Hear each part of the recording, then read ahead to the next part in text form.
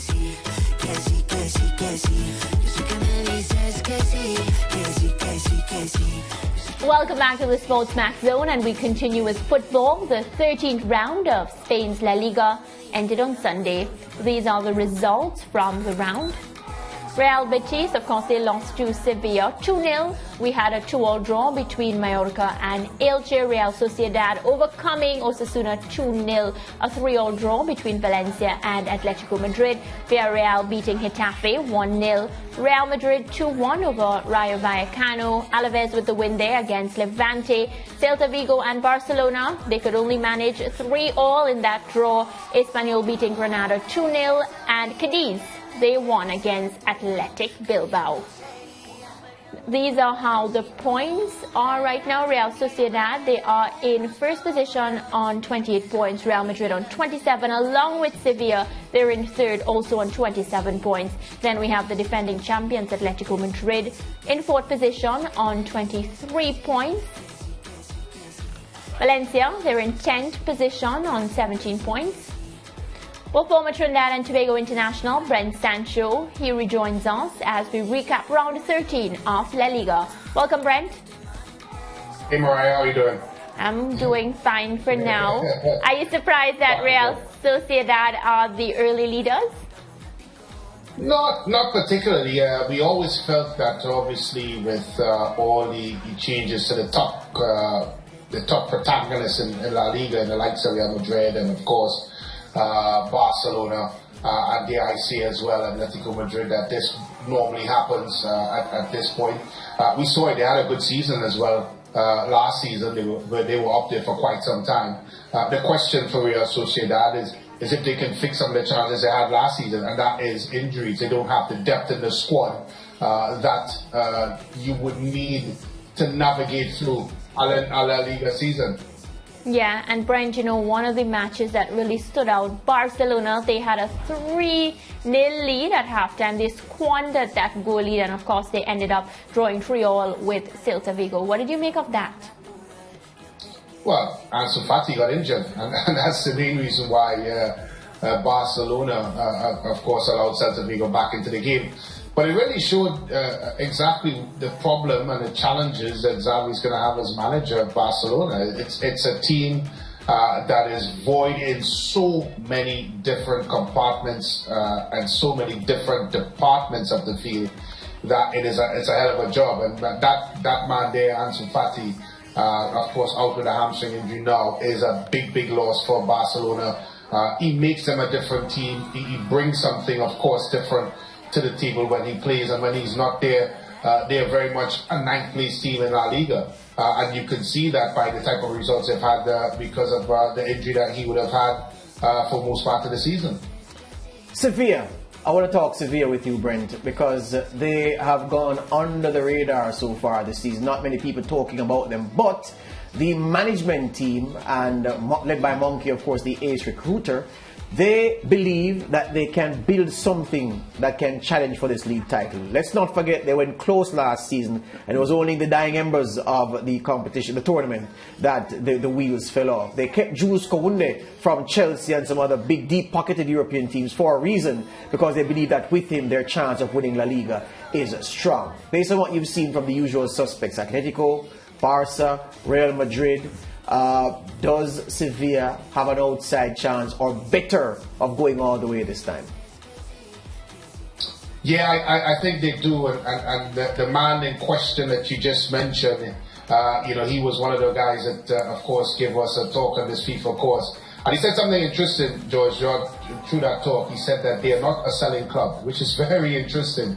And exactly what you said, they have full belief in what they're doing. They have full belief in the fact that Sevilla is a club that can rival Barcelona and Real Madrid. They understand, of course, some of the commercial side of things where they might not be able to compete, but certainly on the field they believe they can, and hence the reason why they have kept and built such a tremendous squad. And it's something, as you rightly said, has gone under the radar, because the squad that they have, they talked about the depth of Real Sociedad or lack thereof, and then you turn to a team like Sevilla that does have the depth and the quality within the ranks.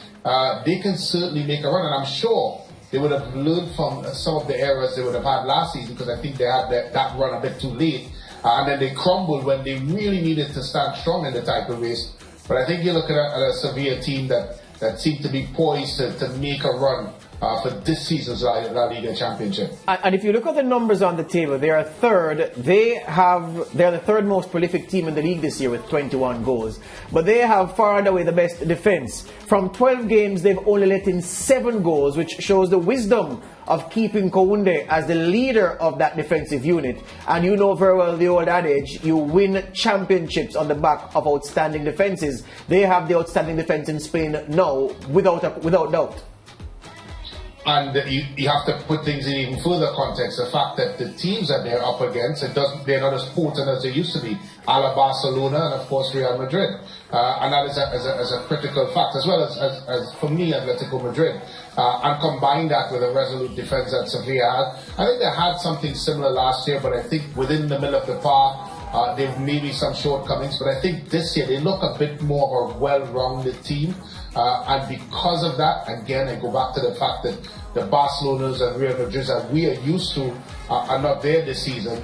I think Sevilla could count themselves as a genuine title contender. And I would be surprised, George, if they're not in the conversation come February, March, where the real talk comes as to who will walk away with the La Liga title. Yeah, even from high school days, one of my favorite Spanish teams was Real Betis, the other team from Seville in Spain. They are sitting in 5th place right now, Brent. They are 7 points off the leaders. They have 21. The leaders have 28. Real Sociedad and Betis have won 6 of their 13 games. And I'm not going to ask you about a title push by Real Betis because I think they may come up short. But they're playing so very well right now that I'm suggesting to you that none of the established powers, none of the teams looking to challenge for this title want to play Real Betis home or away.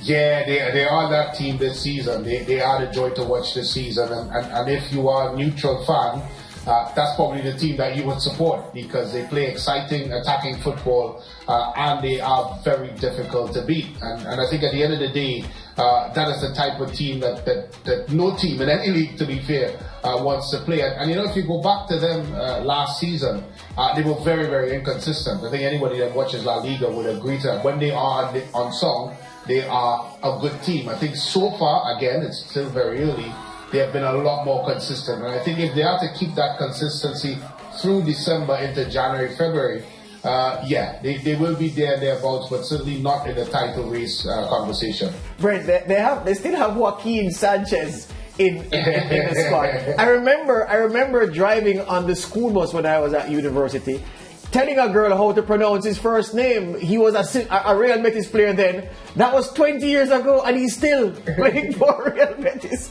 So, old man never keeps going. He makes me feel like I could dust my boots off, but no, but you know what, George? He's still a tremendous athlete, yes. And you know, you would not think he is at that age. If you watched him play, you didn't know who he was, you would suggest that he is a regular La Liga of age player, mid-30s maybe, but I don't know what is in the water up there, but he certainly drank the fountain of youth. Absolutely so, and he's invested in the club because he's a shareholder, he's a part owner of the club he plays for. That is every footballer's dream. Thank you very much for talking to us, Brent, on phone and then on Zoom when we got our technology sorted out. Good job, man. Thank you. Thank you, guys. Have a good one. Good. Yeah. All right. Break time. Prendo automático, me pongo a pensarte romántico, como un astronauta lunático, un fanático.